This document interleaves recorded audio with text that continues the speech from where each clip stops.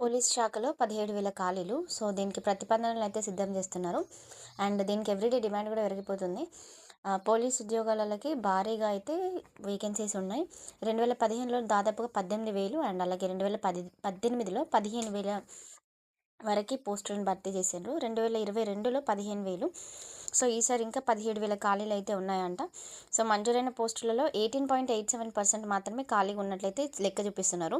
So, ఒక notification ఇచ్చినా కూడా శిక్షణ పూర్తి చేసుకొని విధులలో చేరడానికి 2 ఏళ్ల పైగానే పడుతుంది. సో, అప్పటికి ఇది 30,000కు పెరిగే అవకాశం అయితే ఉంది.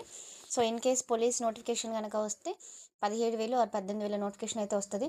ఇంక్లూడింగ్ అన్ని వేకెన్సీస్ ఏఆర్, సివిలు అన్నీ ఉంటాయి కదా! సో, అవన్నీ కూడా కలుపుకొని. అండ్ వీటి రిక్రూట్మెంట్ టీజీపీఎస్సీ ద్వారా కాదు. సో, పోలీస్ వాళ్ళది వేరే రిక్రూట్మెంట్ ఉంటుంది. టీఎస్ఎల్, పీఆర్బీ అనేసి. సో, వాళ్ళు చేస్తారన్నమాట. ఎందుకంటే చాలామందికి డౌట్స్ ఉంటాయి కదా! టెట్ మనకి డీటెయిల్స్ ఎట్లా అప్డేట్ చేస్తామో అట్లా పోలీస్‌కి సంబంధించి ఏదైనా వెబ్‌సైట్‌లో అప్డేట్ చేయాలా? లేకపోతే ఓటీఆర్‌లోనే అప్డేట్ చేసుకోవాలని. సో, అట్లా అప్డేట్ చేసుకోవాల్సిన అవసరం అయితే ఏం లేదు. బట్ చేసుకుంటే బెటర్ మీ దగ్గర సర్టిఫికేట్స్ ఉంటే.